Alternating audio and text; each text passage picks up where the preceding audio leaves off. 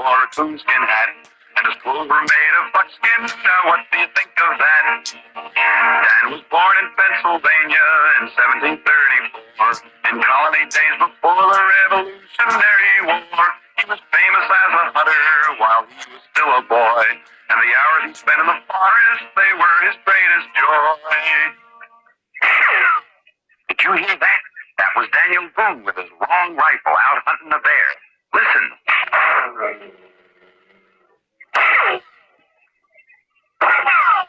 Got him. Daniel Boone shot that bear. That was when Daniel was only 15 years old. Yes, Daniel Boone was the greatest hunter and explorer this country ever had. Now, sometimes Dan hunted bears. And sometimes wildcats.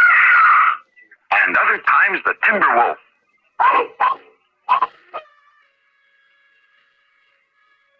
Daniel Boone loved to explore, too, and he was one of the first pioneers to see the Blue Ridge Mountains and the bluegrass region of Kentucky. Oh, Daniel knew the forest, he knew the forest well, the mountains and the rivers and where the animals dwell.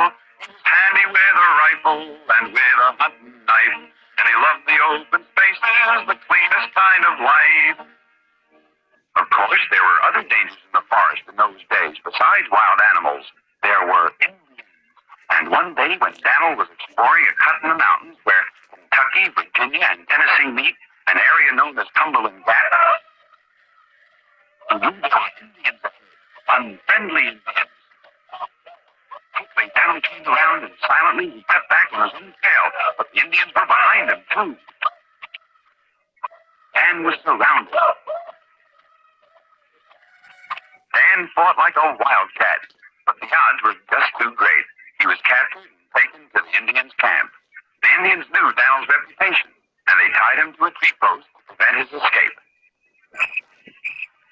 They rubbed the leather cord against the bark until at last he was free. Then, as quiet as a cat, he escaped. The Indians followed, but Daniel covered ground so fast that he left their swiftest runners behind.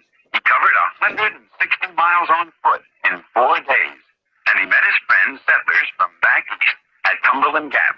During the Revolutionary War, Dan was a major in the American Army, and his great knowledge of forestry and woodlore came in handy when he fought the British and the Indians on the British side.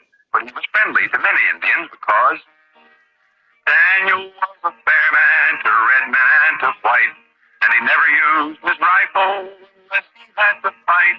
He didn't like big cities, he kept on moving west, and he helped to build their country and tame the wilderness. When the Revolutionary War was over, Dan kept heading west until he made his final move in Missouri.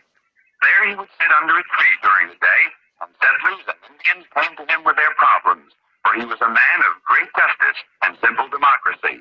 His tree became famous as Boone's Judgment Tree.